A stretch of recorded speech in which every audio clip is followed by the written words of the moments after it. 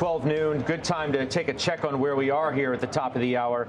There's the NASDAQ down about 2%. We did reverse lower. By now, you know the headline that the president says the U.S. is calculating a massive increase of tariffs on China over rare earth. China put those new export controls on them. They escalated the trade fight.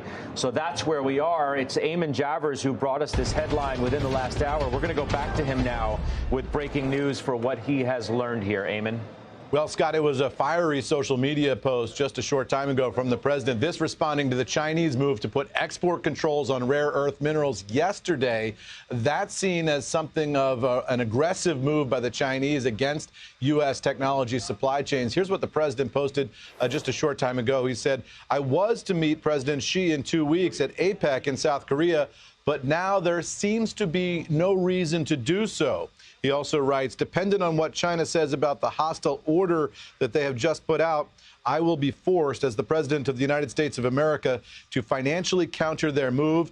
For every element that they have been able to monopolize, we have too." He goes on to threaten massive increases in tariffs here and says that the U.S. administration is considering what its moves might be. So no specific retaliation here yet, Scott. What we've got is a rhetorical firing up of the response from the president, threatening a number of actions, including canceling that summit between Trump and Xi Jinping that was expected to happen in South Korea. We don't know if that summit is now canceled or not canceled or what its status might be. We're trying to get that information from the White House right now. But clearly, tensions are much higher today than they were yesterday between the United States and China on the trade front. We'll see what specific moves come from this administration today, if they come at all today. Scott, back to you. Eamon, thank you very much. You keep us up to date. Eamon Javers at the Bureau in Washington for us. Certainly enough to make the market a little uneasy.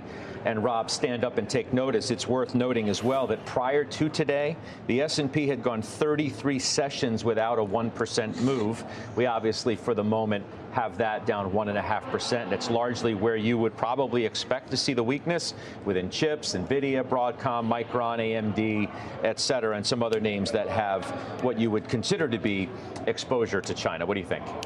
I think the sharp reaction to this news shows how price for perfection markets have become and how subject to a little bad news they could be. Markets were at 22.9 times as of yesterday. You've seen surging optimism looking at the AAII surveys, and the markets could potentially move in any risk from tariffs. Let's remember that China tariffs were already at 30%.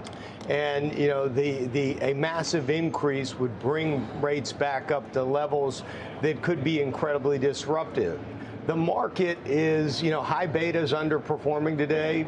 It's down by 3.7%, where defensives are outperforming. You're seeing credit underperform. The reality is markets have become solely focused on the good news around AI, and you know they're ignoring any potential risks from the shutdown, incremental weakening in the labor market, and so you get a little piece of news that's unsettling, and you can see a shock like that. There's definitely, Steph, I think to Rob's point, been a fair amount of complacency, certainly around the issue of trade and tariffs. Sure. We haven't mentioned those two T words in a long time because, as Rob said, we've been fixated on AI. We've been thinking about earnings and how good they're going to be and the fact that the Fed's cutting interest rates. But we're, you know, certainly reminded right in our faces today that these issues still exist. An issue with the most, you know, fierce competitor that we have, I think, globally on trade. So we're only down 1.3% on this news. That, I think, is encouraging. And I think that is because if you step back, first and foremost, you have to assume that cooler heads will prevail. We have a little bit of time between now and when maybe Xi and Trump will meet. So we've got probably 2 weeks of noise. That's okay. We're looking for opportunities to be buying the noise because of all the things you just said. Better economic growth, decent consumer, AI renaissance, good earnings. Earnings are going to be very good. And the good news is on Tuesday, we start to get earnings. So, and which I think the banks are going to be very strong. And you're looking for opportunities, though. So to only be down 1.3% in the face of all of this, I think that's actually encouraging, and it speaks to people wanting to buy the dip. And I think that they will, and I think they should. Well, I mean, it's been a pretty quick reversal as you're looking on the screen. Right now, it's 1.5%. I mean, there are significant questions, Jay, about kind of where we are. Not even outside of AI and the bubble question, which is being asked every 5 minutes. Right. Obviously, where's the economy going? Bank of America data today shows what really looks to be two economies. Yep. To be quite honest, their data shows lower income consumer spending is growing at 0.6%. Higher income growing at 4 times that. So that's Absolutely. Where the economy is being carried by the high-end consumer, and it's being carried by AI. No doubt about it. I mean, it's definitely two tapes. It's fully bifurcated in terms of the high-end consumer versus the lower-end consumer. Top 10% represent 50% of spend. There's no doubt about that. And I think, as it relates to what's going on today, this is an absolute buying opportunity from our vantage point. Why? Because GDP is at 3.8%. Yes, we are underway a cutting cycle. We'll see kind of, we've heard from Hawker today and some Fed speak this week. I think that will be stimulative to the economy. The big beautiful bill will start to run into play through the end of this year into next year, which I think will also be stimulative to the economy in the short run. And earnings, to Steph's point, we will start in earnest next week on Tuesday with financials, which we expect 12% earnings growth. So I like a lot of what's going on right now for the market. This is an opportunity for me. Market was primed anyway for some level of pullback. Whether this is the beginning of anything, who knows? We'll watch. Dow's down almost 600 points. I do think it speaks pretty loudly to the complacency that's been in the marketplace about almost anything outside of the positives to AI, rate cuts, the economy, and whatever else you want to throw into that basket. During the entire opening of the show, you're the first person to mention rate cuts. And I feel like that's the thing that's in tandem with the AI enthusiasm is when you've got a rate cutting cycle, it's like, what else could the stock market wish for? So to Stephanie and Jason's point, if there's a pullback today, I think there's opportunity there.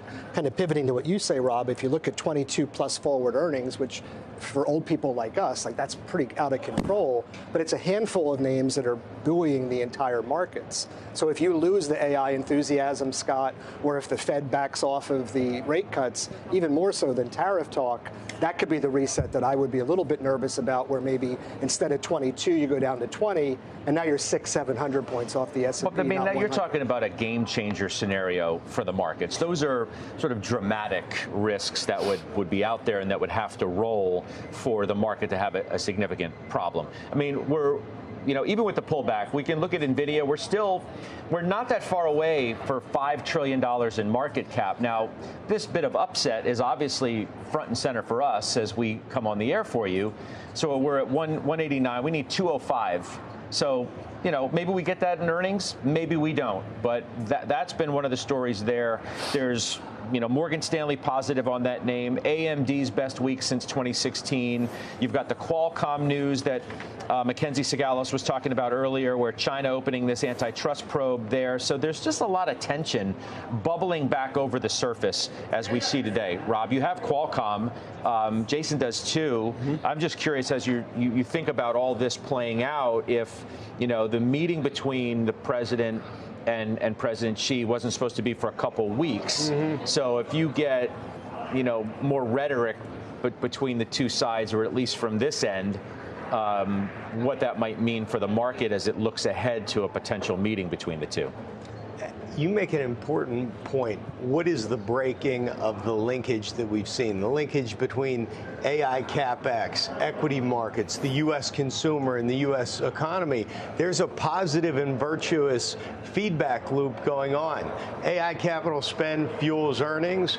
Earnings fuel positive stock performance. Positive stock performance fuels the the wealthiest U.S. consumers that are exposed in the market, and that fuels the economy. So anytime you're going to see something that challenges the break in that link, it specifically challenges it in the areas that have done really well, although Qualcomm has lagged quite a bit because of its exposure to China. You're going to have a situation where you get a dramatic pullback, especially in the names that have participated quite a bit. So I don't think this is broken, but these links will become challenged from time to time. And as long as you think this is still in play, and we certainly do through year end, these pullbacks provide opportunities for investors that want to stay long to get in.